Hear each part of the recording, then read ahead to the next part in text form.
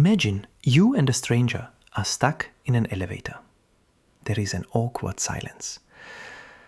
Inside, you're screaming because this little dance feels completely, utterly pointless. We all know the feeling. Small talk can feel fake, empty, exhausting, a tax you pay just to get to the actual conversation. And yet, we do it constantly. The elevator, the checkout line, the office kitchen, every single day. And not just us, every human culture on earth invented it on its own. So here's the mystery. If small talk is so useless, why is it everywhere? And why does skipping it feel so wrong? The answer is that small talk was never really about the words. It's one of the oldest tools our species has, and it's quietly doing a job you can't see. We tend to judge a conversation by its information. Did I actually learn something? Small talk hands over almost none. Nice day? You knew that. Busy week? You don't really care. So by that measure, yes, it's pointless. But that's like judging a hug by how much it weighs. We're measuring the wrong thing. About 100 years ago, an anthropologist gave this kind of talk a name: phatic speech. Talk whose purpose isn't to hand over facts, but simply to make contact. The message isn't the weather. The message is we're connected. Think of two computers on a network. One sends a tiny ping. You there? The other answers. I'm here. The content is nothing. The signal is everything. To see the real job, though, we have to rewind. A long way back. All the way to our ancient cousins, the primates. How do you keep a group of animals bonded and loyal? For monkeys and apes, the answer is grooming. Hours a day, gently picking through each other's fur. And it's not about staying clean. Grooming builds trust. It says, I'm spending my time on you. I've got your back. It's how alliances are made. But grooming has a brutal limit.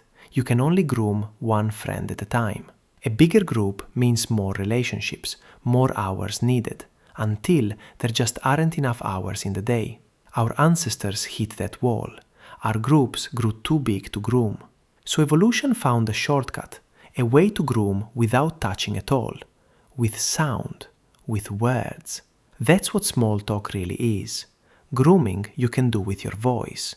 You can groom 3 people at once around the dinner table. You can groom someone clear across the room. The weather is just the fur. And underneath the words, the real activity is exactly what the monkeys were doing all along. I see you. I'm friendly. We're okay. There's a second job too. Small talk is a test. A quiet, low-stakes trust probe. Before you open up to someone, your brain wants to know, are they safe? Are they cooperative? Are they even paying attention? So you don't test that with your deepest secret. You test it with something you can afford to lose. The weather. It's cheap to say, and how they answer tells you almost everything. Do they engage, match your energy, take their turn? Green light. Do they grunt, look away, give you nothing back? Red light, and you just saved yourself a lot of trouble. It's a handshake. The handshake isn't the deal, but nobody sensible does the deal without it. The third job might be the most important of all. Small talk is the on-ramp. You can't sprint from hello straight into real intimacy. There are stairs. Small talk leads to common ground. Common ground leads to a shared laugh. A laugh leads to a real question. And suddenly you're having an actual conversation. Skip a step and it just feels invasive. Think about it. Almost every deep friendship you have started as small talk you could barely be bothered to make. And it isn't only about close friends. There are the weak ties too. The barista, the neighbor, the co-worker you barely know. A famous study found something surprising. People often get their biggest breaks, a job, an opportunity, not from their closest friends, but from these loose acquaintances. The exact connections that small talk keeps alive. And there's more. People who trade a few friendly words with weak ties, even just a barista, report feeling happier and more like they belong that whole day. Little sips of connection, and they add up. So here's the strange part. If small talk does all of this good, why do we dread it so much? Researchers once ran a test on train commuters. One group was asked to strike up a conversation with a stranger. The other group was told simply to keep to themselves. And almost everyone predicted the same thing. Talking would be awful. Sitting alone would be lovely. The opposite happened. The ones who talked had a measurably better trip. We are wrong about small talk. Not by accident, but predictably almost every single time. We flinch away from the very thing that would make us feel less alone, because we keep guessing that it will go badly. So why does it feel so fake and draining today? Part of it is that we're out of practice.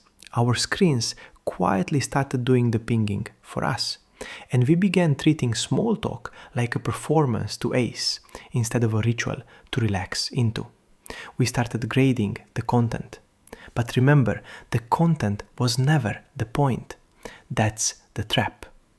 Listening only to the words and missing the message humming quietly underneath them.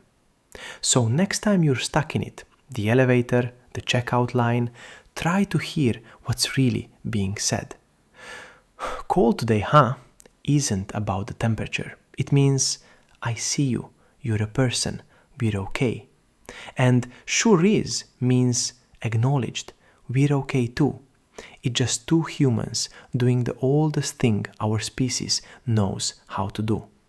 Reaching across the gap to say, you're not a threat and neither am I. Small talk isn't the opposite of real connection. It's the doorway to it. You just have to walk through. So go on, say something about the weather. You might be surprised where the door leads. So thank you everyone, like and subscribe the channel, and see you in the next video.